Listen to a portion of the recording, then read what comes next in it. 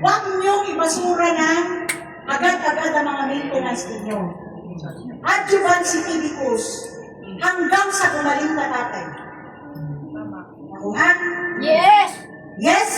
Yes! Why? Ito kasi sobrang magaling. Yung importante doon sa maintenance mo, kakainin niya. Yun.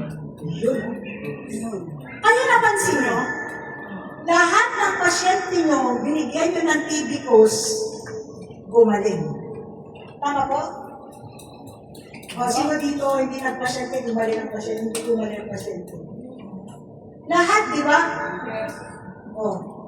Kaya, kung ako sa inyo, health is wealth. Tama po? Yes! Sino gusto magkasakit dito? Ayaw!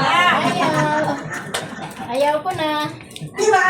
Sawa na sa sakit eh. O, di ba? Sawa na sa sakit. Totoo yan. Ayaw ko na.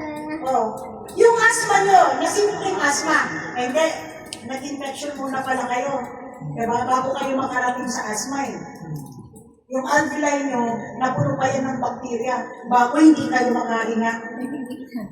Ganoon po yun. Punuin pa ng bad bacteria yung alveoli ninyo. Bago hindi kayo makahinga. Tama?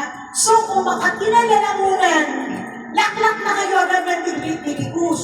Tama po?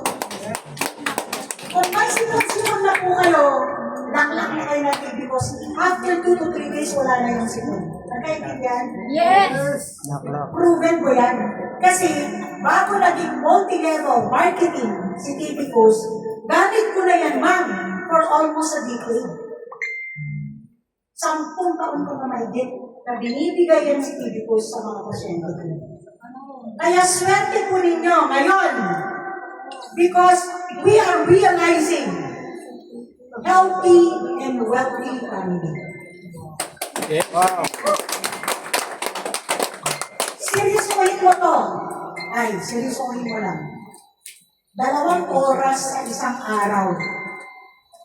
Hindi mamamatay ang every week na 5,000. Okay ba? Yes! Okay ba yun, ma'am? Sabihin natin, hindi 5,000, 1,000, isang linggo, ma'am. Diba? Seryosohin mo lang. Ito pa. Kumikita ka na mami ng 1,000 per week, healthy ka pa. Lasing ka pa na may pera. Gusto ko na maglasing tuloy ito. Tama ba? The thing is, hindi ko pinapromise sa inyo yung magagarang sasakyan, magagarang bahay dito.